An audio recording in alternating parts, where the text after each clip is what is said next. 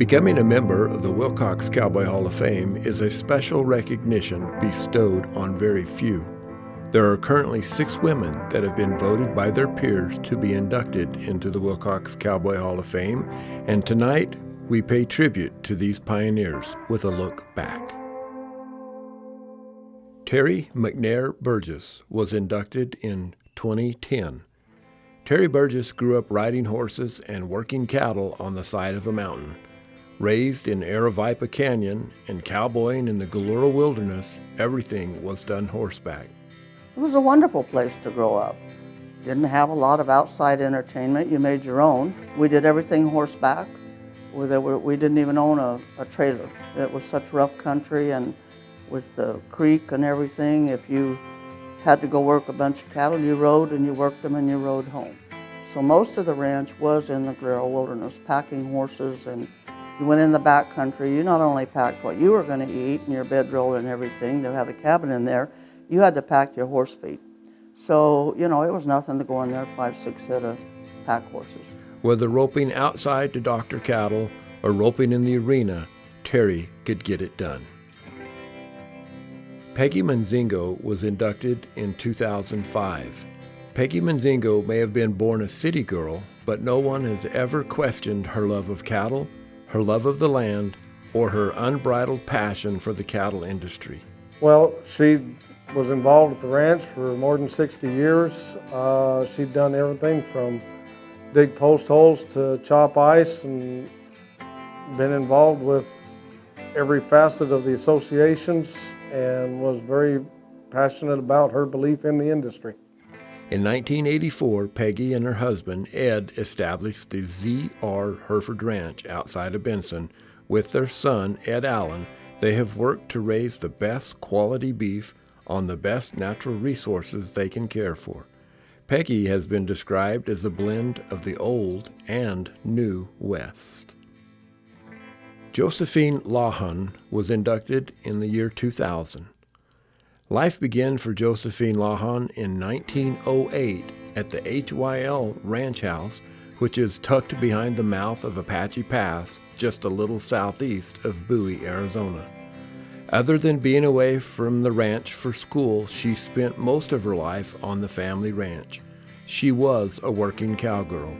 She would be up at 3 a.m. to go feed the horses, be back in the house to help Mom with breakfast, then make her lunch of sourdough biscuits and salt pork, and then pull out just before daylight. Josie and her dad covered miles and miles of country, checking cattle and waters. Sometimes they would cover 40 miles and get back to the ranch just before dark. And I used to ride my horse with my father. We had quite a large ranch. We lived within 6 miles of San Simon. And we went over into the Sulphur Springs Valley too.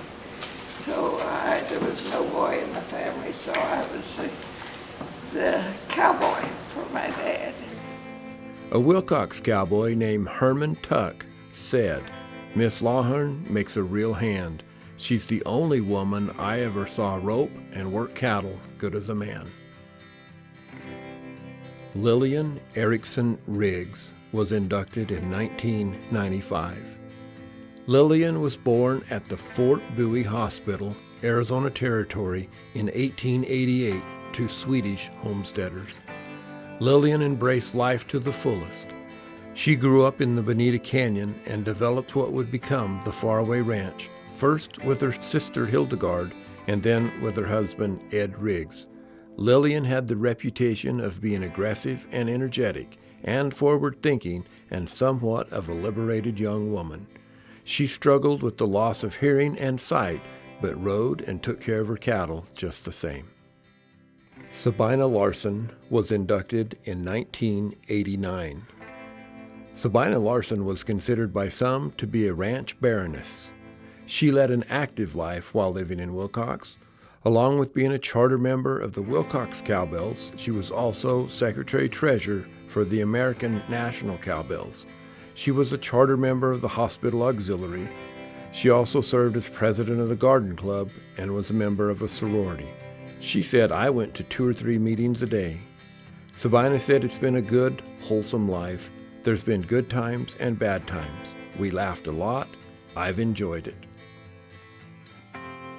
Mila Warren was inducted in 1985. Mila was born September 11, 1880. She came to Willcox at the age of 4 with her parents Thomas and Maggie Allaire and her brother and sister. They came from Warrington Junction, Virginia. They lived in the Kansas settlement, 17 miles southwest of Willcox, in a 2-story fortress-like adobe house with double thick walls.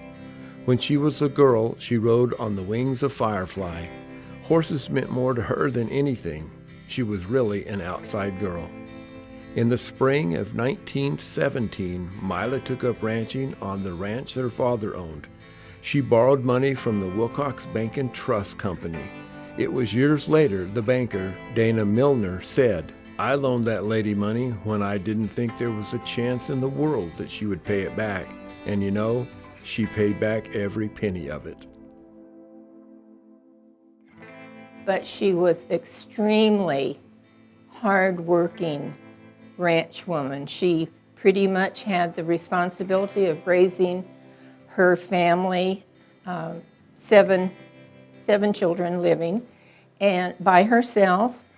And she did all of the cooking and the cleaning and the cattle raising and driving the buggy to Willcox from the Kansas settlement and getting feed and groceries and going home, and then doing what she needed to do home with no support system at home other than her 2 oldest boys, Tom and Henry.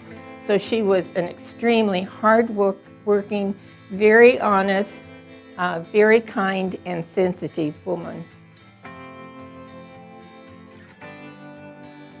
I was asked to talk a little bit about the women that are in the Cowboy Hall of Fame. Man, I'll tell you, they were tough. They were tough. They had to be.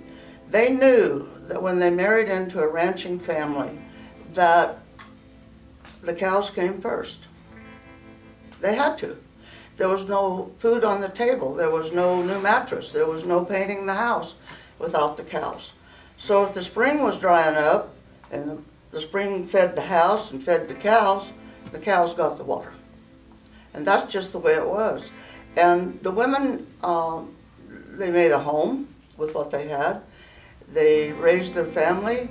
They made sure that their children were educated in church groups.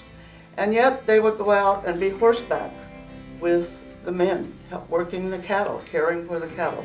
They would work in the corrals, running the gate. They did the books. And so I would like to see more women inducted into the Hall of Fame. They're out there, and I think that that is something that as we vote for new members, if the women are qualified, I'd like to see them in there.